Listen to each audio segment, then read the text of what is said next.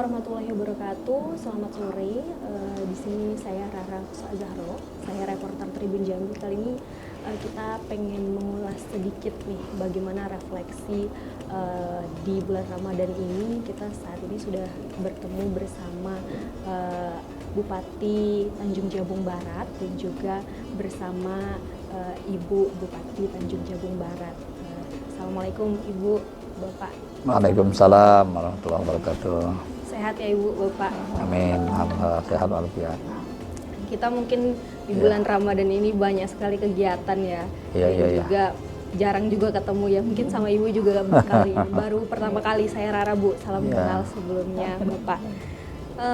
Mungkin kita boleh ngobrol-ngobrol sedikit nih Bu, Bapak. Kita pengen lebih kenal dengan Ibu dan Bapak Bupati bagaimana menjalani bulan Ramadan ini dan terutama ini nih mau momen hari raya. Iya. Kita pengen tahu gimana sih Bupati dan Ibu Bupati dan Bapak Bupati menjelang hari raya ini, menyambut hari raya itu tradisinya seperti apa? Bagaimana mempersiapkan diri dalam menyambut hari raya? Mungkin boleh dijawab Bapak dulu atau Ibu dulu boleh? Boleh dulu ya. Iya, ala-ala di rumah. Iya, kalau ibu-ibu kan lebih banyak persiapannya kan. Iya, boleh Ibu. Gimana Bu? Ya, seperti biasa, setiap kali menjelang Hari Raya Idul Fitri itu, kalau kita ibu-ibu ini kan banyak yang dipersiapkan ya, seperti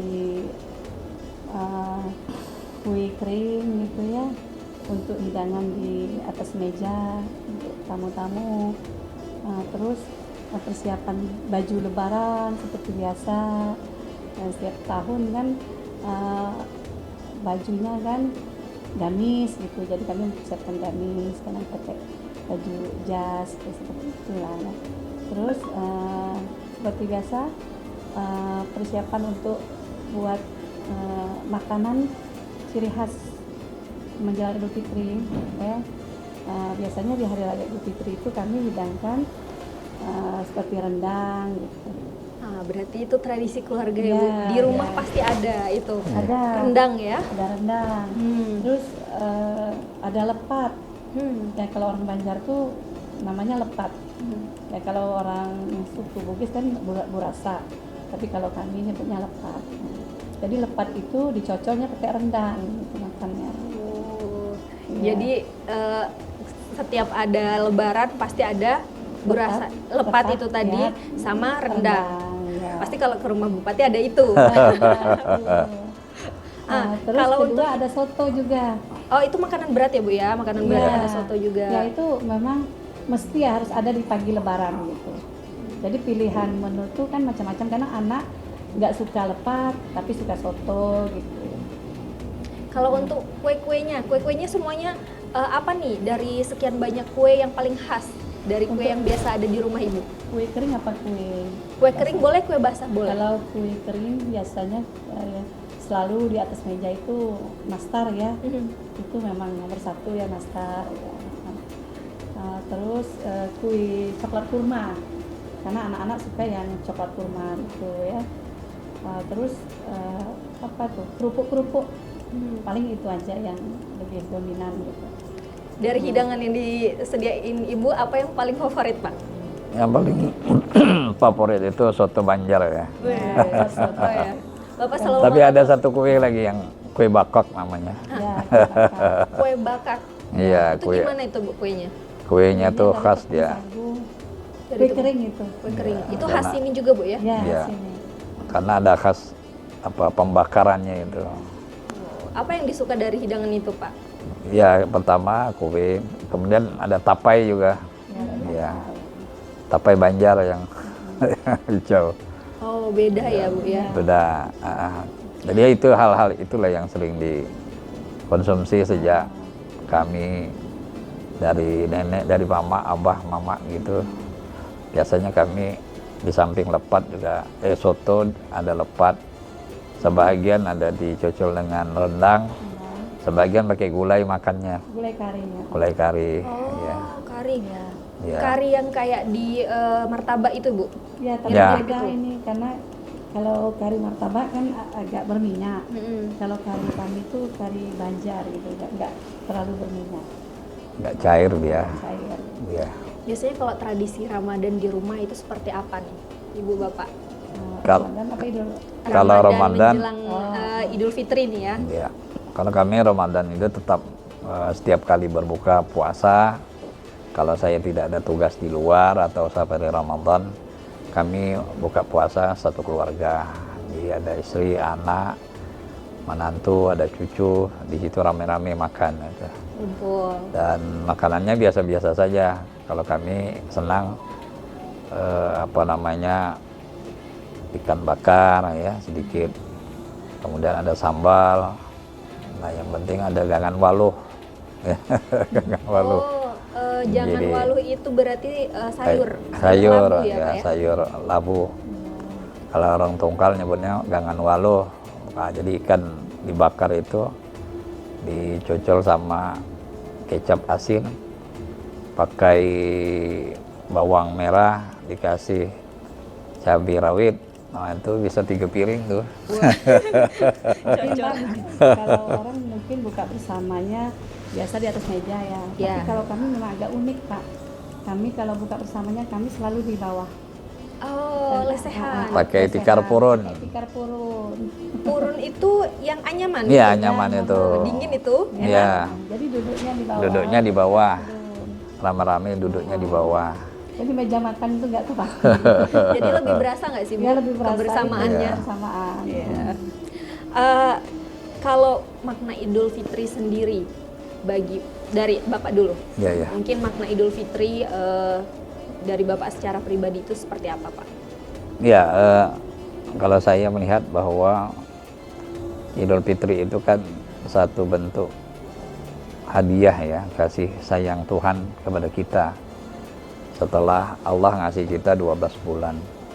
Ada 1 bulan di mana kita disuruh untuk berupaya mengkondisikan diri kita ya, baik jasad, secara materi, rohani kita dan sebagainya. Dan kita diingatkan kepada satu bentuk ibadah yang khas kepada Tuhan. Nah, oleh karena itu Idul Fitri itu lebih pada mengembalikan kita sebagai manusia yang betul-betul menjadi hamba Allah ya, menjadi hamba Allah. Karena sebelumnya mungkin di 10 bulan yang lalu, nah kita selalu melalaikan tugas dan kewajiban kita sebagai hamba Allah, dan kita banyak melakukan hal-hal yang tidak baik, yang tidak terpuji, sehingga kejadian kita yang suci ya, manusia itu dijadikan dari kesucian, lalu kemudian dia menjadi kotor ya, buruk, jelek dan sebagainya dari perjalanan panjang kita sebagai manusia. Nah, lalu oleh Allah dikasih hadiah, kita melaksanakan ibadah puasa, menahan hawa nafsu, kemudian menjaga hal-hal yang tidak baik ya. Nah, buah inilah kemudian yang kita petik di hari Idul Fitri ini. Oleh karena itu, saya sering menyampaikan kepada istri dan anak-anak bahwa hari raya itu laisal id liman labisal jadid. Jadi hari raya itu bukan orang yang pakaian baru, mahal dan sebagainya. Tapi innamal id liman ta'atuhu tazid. Jadi orang yang kebaikannya itu nambah gitu.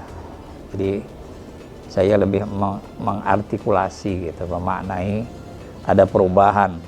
Sebelumnya agak kurang, setelah Lebaran baik gitu. Sebelumnya baik, setelah Lebaran lebih baik. Ini metamorfosisnya perkembangan siklus kemanusiaan. Nah, oleh karena itu saya kira dengan hari raya ini mudah-mudahan kita semua bisa kembali kepada fitrah dasar kita sebagaimana Tuhan yang menciptakan kita. Ya. Mungkin boleh geser ke Ibu ya, pertanyaan Ya. yang sama. Bagaimana Ibu memaknai Idul Fitri ini ya Bu ya? Sebagai Ibu Bupati, Ibu juga sebagai seorang ibu dan juga seorang nenek ya Bu ya. Boleh disampaikan Ibu. Kalau saya makna Idul Fitri itu momen ya, kami tempat berkumpulnya keluarga, saling silaturahmi antara keluarga. Mungkin selama ini, apalagi tugas kita sebagai saya ketua PKK, Bapak sebagai bupati, jarang ketemu dengan anak-anak gitu kan, jarang sekali lah ya. Nah, jadi ketika pas momen Idul Fitri ini mereka pada kumpul semua. Jadi kami saling lah bersilaturahmi dengan anak-anak kami dan keluarga kami gitu ya. Terus pada momen Idul Fitri ini kita saling maafkan. Mungkin ada hal ketika bulan Ramadan atau sebelumnya ada kesalahan ataupun kehilafan yang tanpa kita sadari ya. Maklum manusia itu tidak ada yang sempurna ya, pasti ada salah dan hilafnya. Jadi ketika momen Idul Fitri lah tempat kita saling memaafkan atas segala kesalahan yang kita lakukan, baik itu sadar ataupun tidak kita sadari gitu Mbak. Kalau biasanya momen Idul Fitri nih Bu, Pak, di rumah itu kita bagaimana nih mengatur? Apakah ada silaturahmi ke tempat selain kerabat gitu ya, saudara? Terus juga kita akan membuka untuk masyarakat atau seperti apa nih biasanya Bu, momen-momen Idul Fitri ini?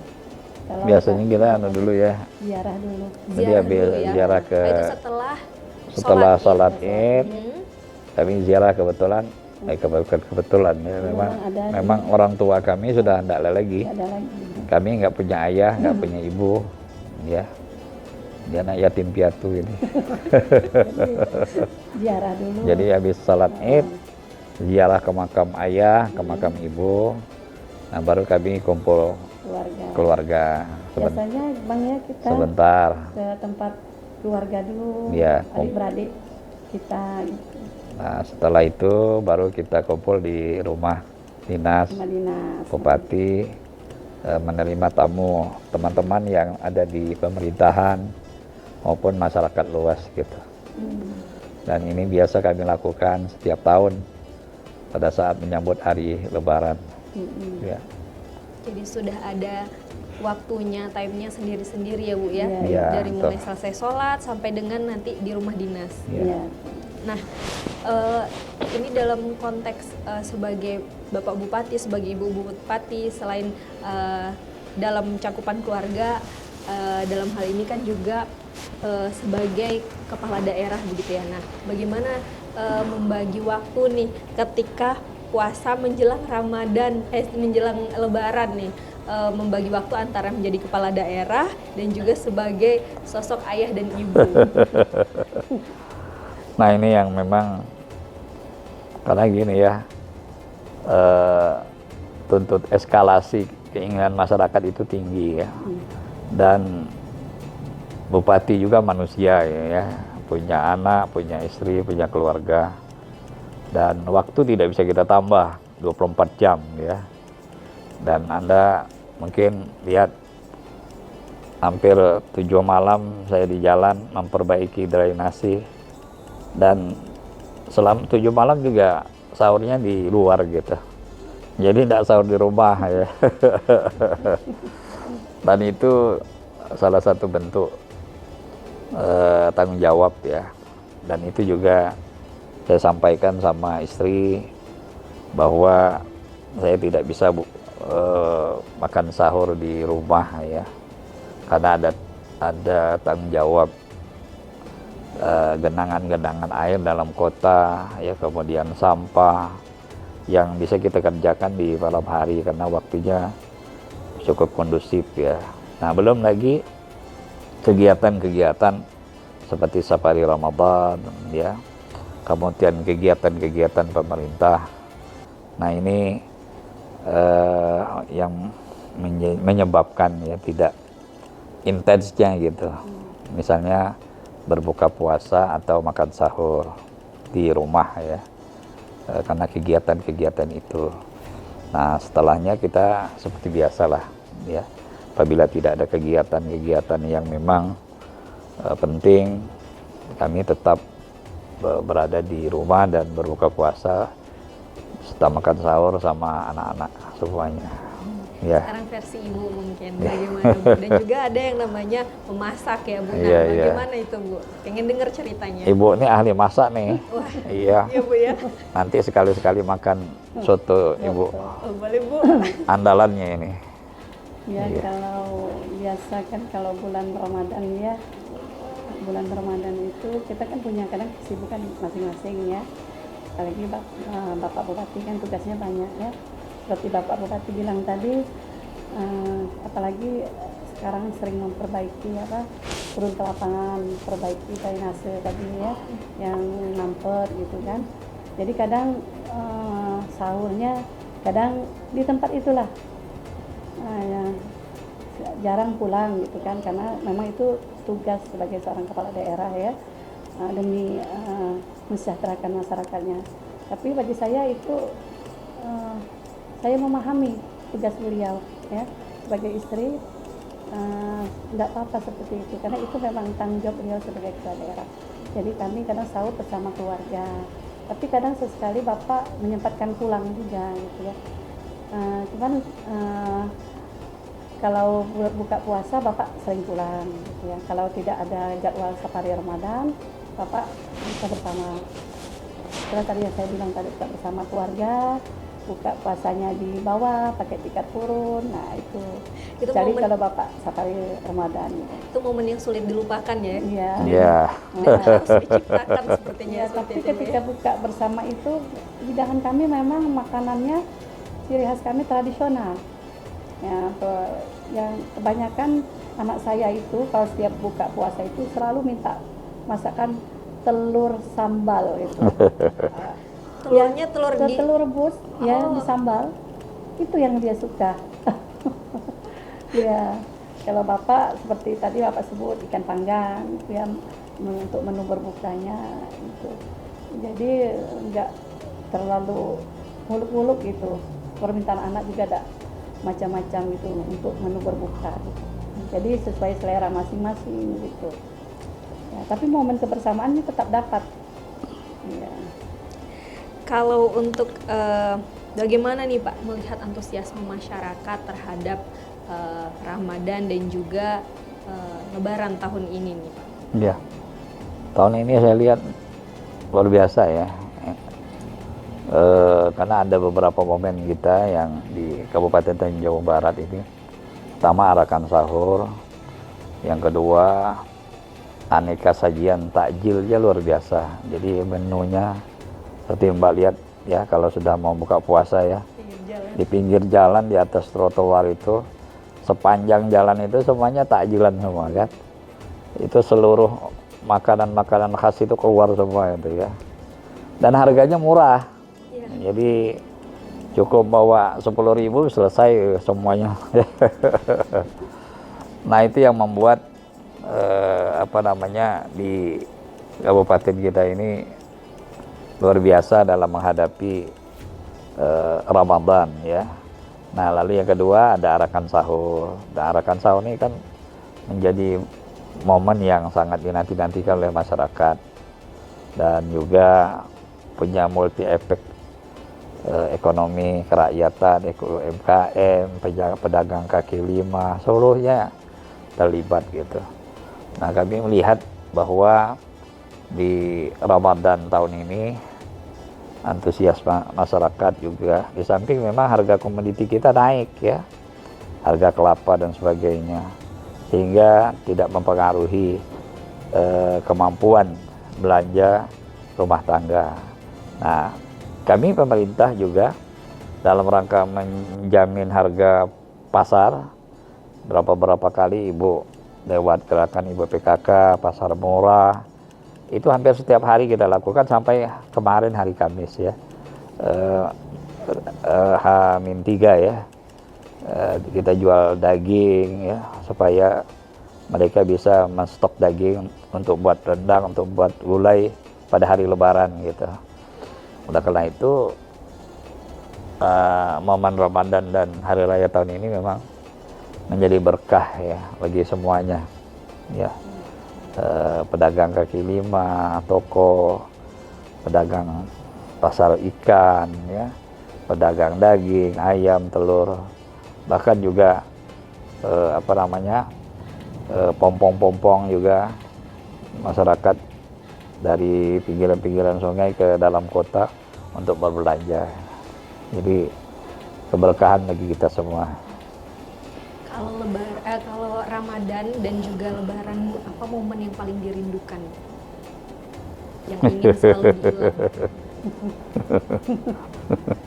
Momen yang dirindukan ya seperti kebersamaan bersama keluarga, sama anak-anak saya. Karena kan anak saya tuh tinggalnya di Jambi. Ya kami yang di sini bersama anak yang kecil. Jadi ketika momen Ramadan itu tempatnya berkumpul. Ya bersama keluarga yang jauh-jauh tuh, anak-anak saya yang jauh. Karena mereka kan punya kerjaan masing-masing. Yang paling berkesan tuh makan rame-rame. Iya, makan rame-rame. Karena jarang ya. Iya. Karena suasana Ramadan dan Idul Fitri lah. Mereka pulang, ya. Kumpul, makan rame-rame, Makan rame-rame. bersenda gurau juga gitu. Iya. Jadi itu yang bagi saya dan Bapak yang sangat berkesan. dan bagi THR satu-satu. Ya. Iya. Biasanya Mbak ada tradisi kayak pembagian THR dengan anak-anak gitu. Hanya sekedar Hiburan. seru-seruan dan hiburan aja gitu. Iya, iya. Berarti setelah itu pas kumpul di rumah, itu ada momen sungkem juga nggak di sini? Sungkeman Sungkeman ada. ya. Iya. Setelah itu baru tadi ada momen seru-seruan bagi-bagi THR. Apa Bu yang diharapkan dan mungkin doa juga ya bagi ibu, anak-anak dan juga bapak, dan juga tadi di sisi lain ibu juga ketua PKK ya Bu ya. Kalau doa saya berharap aja kami berdua dalam keadaan sehat ya. Terus keluarga selalu kompak gitu ya, saling akur. Dan saya juga berharap sebagai ketua tim gerak PKK itu dengan tim gerak PKK itu selalu menyempatkan diri ya Mbak ya, ketika bulan Ramadan kami selalu mengadakan kegiatan-kegiatan sosial gitu ya Mbak ya, seperti berbagi takjil ya. Jadi Bapak punya kesibukan, saya punya kesibukan ya. Alhamdulillah kami bersama tim PKK banyak melakukan kegiatan-kegiatan positif di bazar murah, pangan murah ya Mbak ya.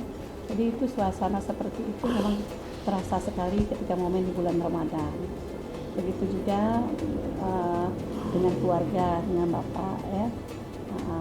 Kami berharap juga untuk kepada masyarakat Tanjung Jabung Barat ini ya, untuk mencintai pemimpinnya ya. Begitu juga kami sangat mencintai rakyat kami di Sragen. Dan satu lagi ibu perempuan, saya perempuan, dan di luar sana banyak sekali perempuan. Mungkin melihat dari ibu seorang ibu bupati gitu mendampingi bapak dan juga punya kegiatan PKK gitu ya. Apa sarannya buat saya dan juga perempuan-perempuan di luar sana nih Bu, untuk mungkin membagi tugasnya? Jangan meninggalkan laki. Itu ya Mbak ya. Yang penting agar semangatnya tertular Bu. Iya, yang penting jangan ninggalkan laki dulu. Kalau saya Mbak ya, kalau saya sebagai seorang ibu, pertama kita memiliki sifat pengertian ya, pengertian terhadap suami kita. Apalagi Bapak sebagai Bupati Tanjung Jabung Barat, artinya Bapak itu bukan milik keluarga atau milik saya, tapi adalah milik seluruh masyarakat Kabupaten Tanjung Jabung Barat. Nah, jadi kalau kita sudah memiliki prinsip seperti itu, insya Allah ya Mbak ya, tidak ada rasa tidak ada rasa cemburu atau apa gitu kan, tidak ada rasa saling tersakiti, tidak, karena kita memang betul-betul ikhlas gitu ya demi masyarakat Kabupaten Tanjung Jabung Barat. Begitu juga dengan anak-anak, ketika bapaknya sudah dilantik jadi bupati, jadi pemimpin daerah, mereka sudah ikhlas walaupun jarang sekali ketemu gitu ya dengan kami gitu ya. Itulah momen Idul Fitri dan momen bulan Ramadan, inilah kesempatan mereka untuk bertemu dengan orang tuanya ya, saling silaturahmi, saling bercanda ria, saling bermaaf-maafan. Jadi saran saya kalau untuk para perempuan itu kalau misalnya suaminya jadi pejabat ya Mbak ya, jadi kepala daerah gitu, kita kuncinya satu, kita ikhlas gitu ya, kita lillahi ta'ala, kita dukung dan support suaminya itu, karena suaminya itu adalah bukan milik kita tapi milik masyarakat daerahnya, masyarakat yang dipimpinnya gitu Mbak ya. Karena itu sudah komitmen dari awal ketika Bapak mencalonkan diri jadi bupati, sampai ketika Bapak sudah dilantik.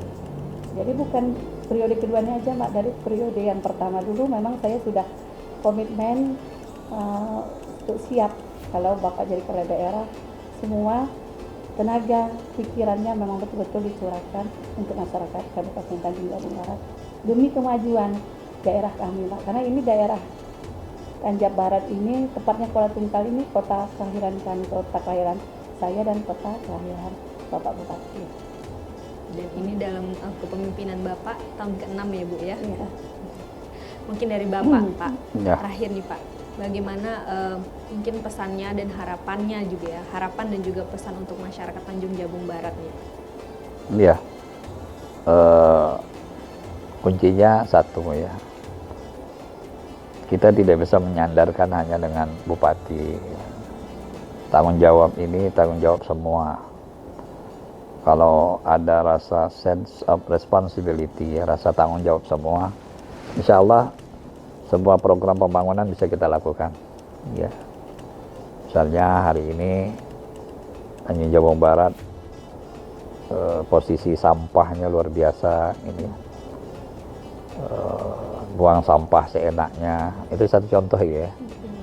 Tapi kalau ada kesadaran semua, insya Allah kita menjadi kabupaten yang bersih gitu. Dan hal-hal lain, disiplin dan sebagainya. Oleh karena itu, saya sangat berharap sekali kepada masyarakat Kabupaten Tanjung Jabung Barat ada rasa untuk meningkatkan rasa bangga dan memiliki kabupaten yang tercinta ini. Mari kita jaga, kita rawat sama-sama. Yang tidak baik, kita benahi, yang kurang, kita tambahi. Ya, yang tidak bisa dilakukan sendiri, kita lakukan bersama. Insya Allah, kita akan bisa menuju kabupaten yang lebih maju pada masa-masa yang akan datang. Terima kasih Bapak Ya. Ibu bincangnya sore ini. Ya. Saya juga dapat, walaupun kita ngobrolnya nggak Ya. lama ya, kita Ya. dapat insight insya Allah, dan mudah-mudahan bermanfaat juga buat yang nonton di luar sana. Amin. Dan juga nanti akan tayang juga di Tribun Jambi. Amin, Mudah-mudahan ya. bisa dilihat masyarakat luas dan doanya diijabah. Amin, amin. Saya Rara Kusa Azharo, terima kasih sudah menonton. Assalamualaikum warahmatullahi wabarakatuh. Waalaikumsalam warahmatullahi wabarakatuh.